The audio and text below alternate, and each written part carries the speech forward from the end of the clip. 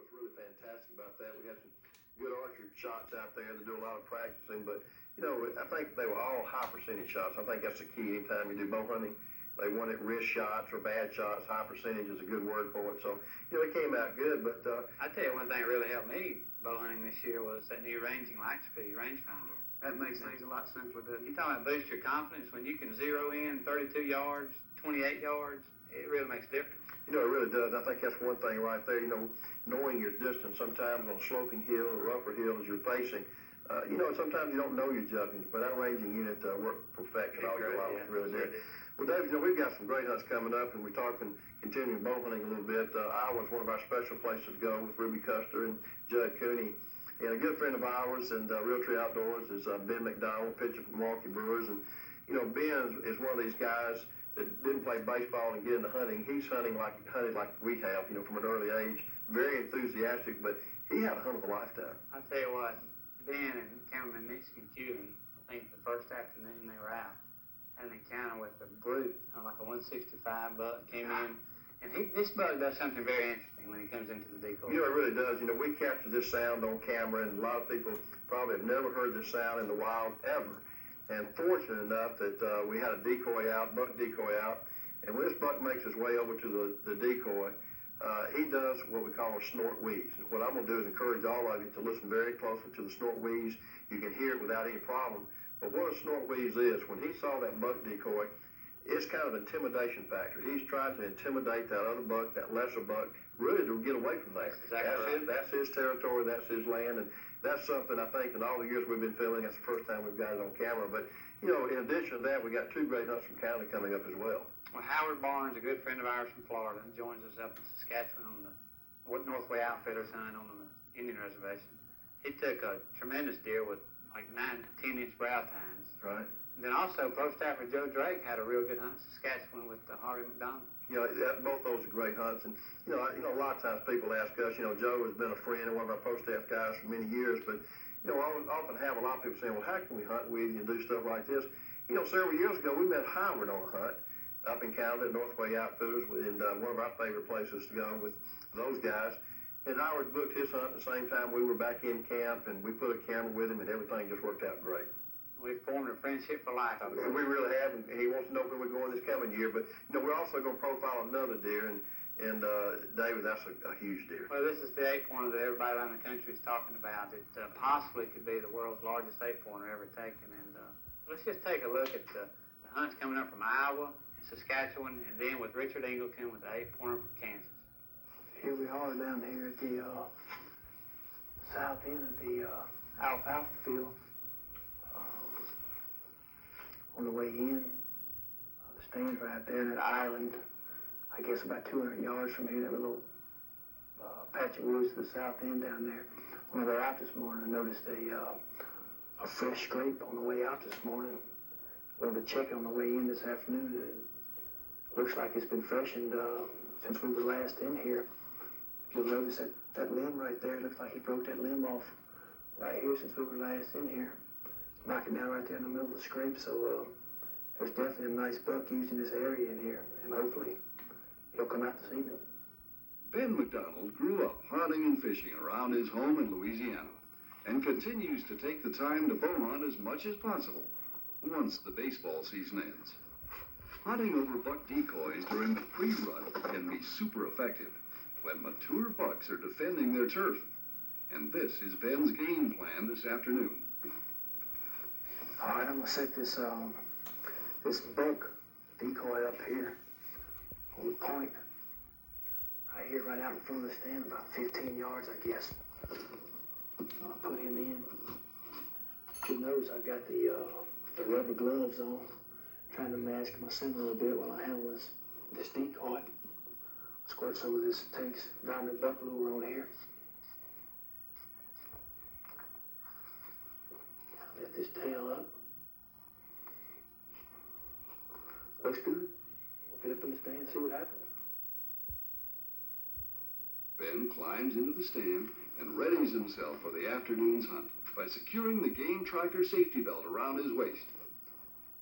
An interesting note on Ben, he shoots a bow right-handed, yet he's left eye dominant. hence the eye patch for his left eye at the time of the shot.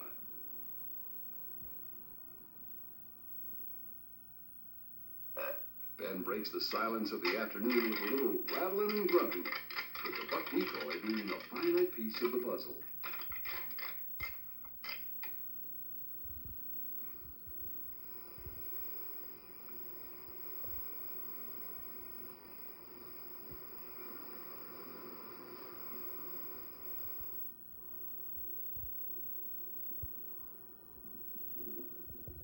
While glassing the thick brush bordering the field, Ben spots a huge body. Really nice deer. Real nice deer. About 200 yards off. Wow. What a rack.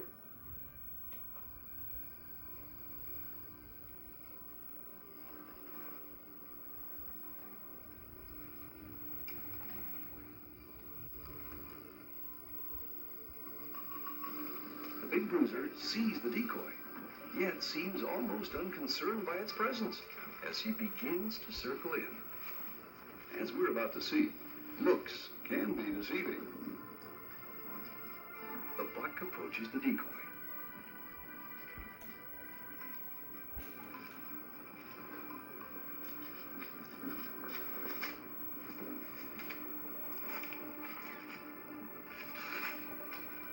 For whatever reason, the big buck turns away from the decoy.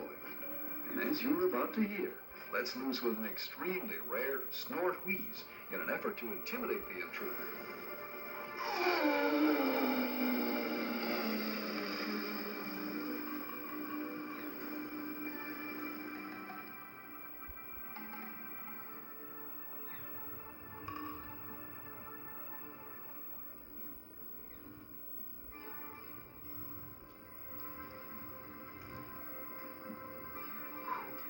He resumes his course towards the decoy. Ben will get his shot.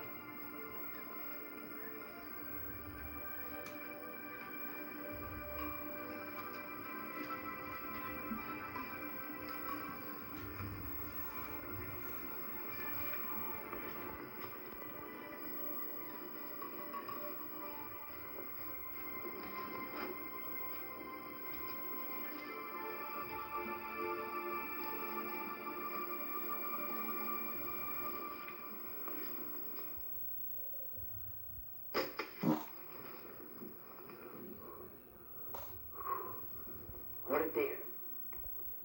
He's down. He's down.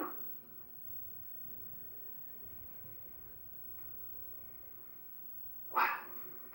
What an awesome hunt. A monster buck. Hell of a deer. I'm so nervous I can't even stand up. You ought to be nervous. Let's take a look again in slow motion. Even though the shot was high, the arrow caught the main artery along the spine, causing the deer to go down quickly.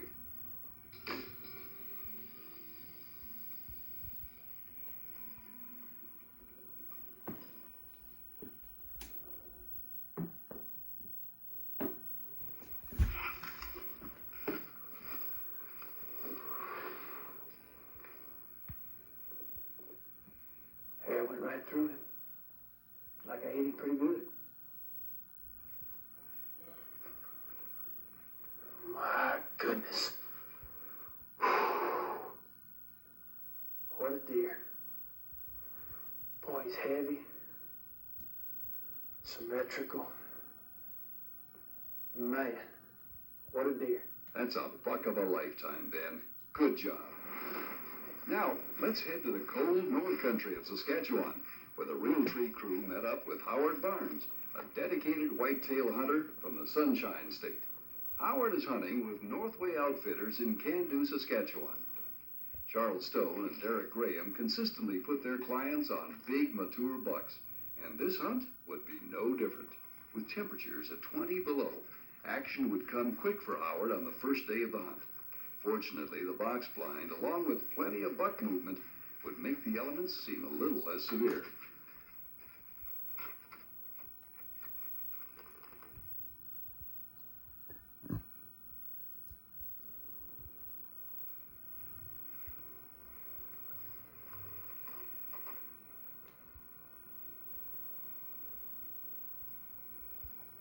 a coyote prances across a frozen pond. Later that morning, things begin to heat up. Well, in a deer kind of way. What was you on the first day? It wouldn't be too bad to take back to Florida, though. Maybe on the last day, huh? A decent 10-pointer emerges into the opening. There's a great deer there. There's a big 10-point. As Howard's eyes followed the buck, another big buck began a display of aggressive posture as he pursued a smaller buck. Howard decides to take him.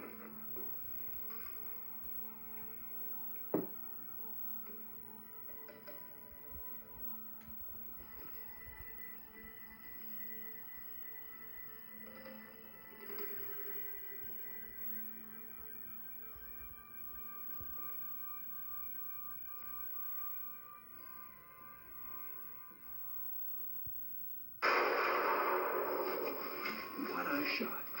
There'll be no tracking job today. Now, we gotta see that one again in slow motion. Let's take a look.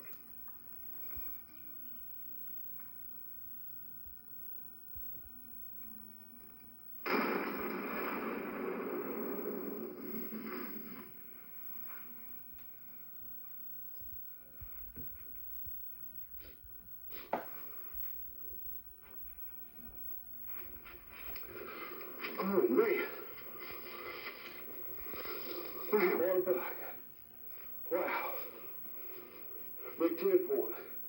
Big Saskatchewan deer. 20 inches inside, he's going to make a beautiful mount for my wall, I'll tell you. It's been a great hunt. Wow, what a great day. It's what you come to Canada for. It's worth the cold. Everything is great. This is Canadian hunting, man. This is it. Thanks, Howard, for letting us tag along. While we're in Canada, let's join a familiar face in the Realtree videos, Joe Drake. Joe's hunting with Kelly Redmond and elusive Saskatchewan Whitetail Outfitters, a place where the Realtree team has had success before. About as fresh as you can get, snowing as hard as it is. Stands right there, we're good to go. Kelly knows what he's doing. We're just right.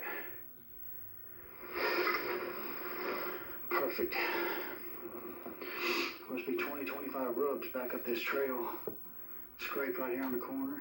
Just textbook. Let's get up and stand, see what happens.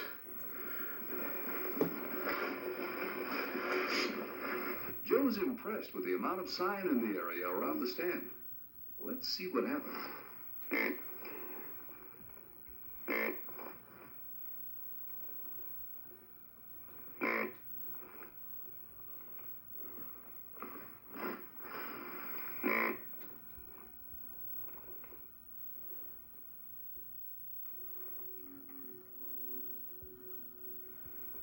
After some grunting and light rattling, Joe spots a wide rack 10-pointer.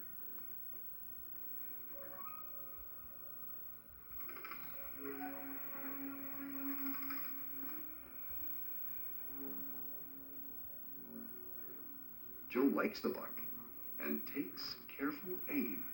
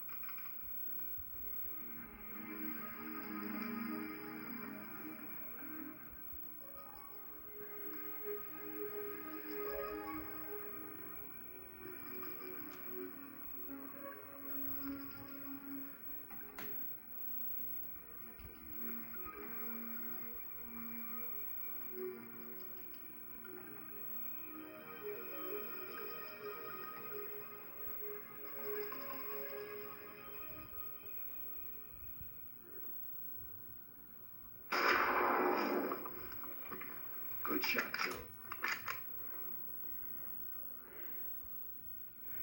A little blood right here on this tree. Here he goes, right through here. Here. here, some hair there. Up on this big tree. Some more blood. There he is.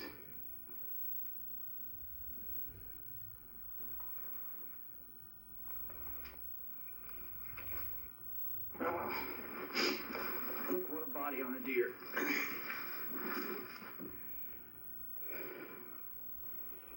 That's about what we thought. Real short tined, fair mass on him.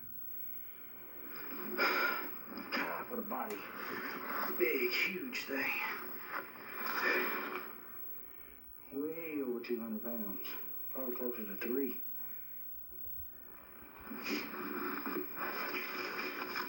Yeah. Yeah,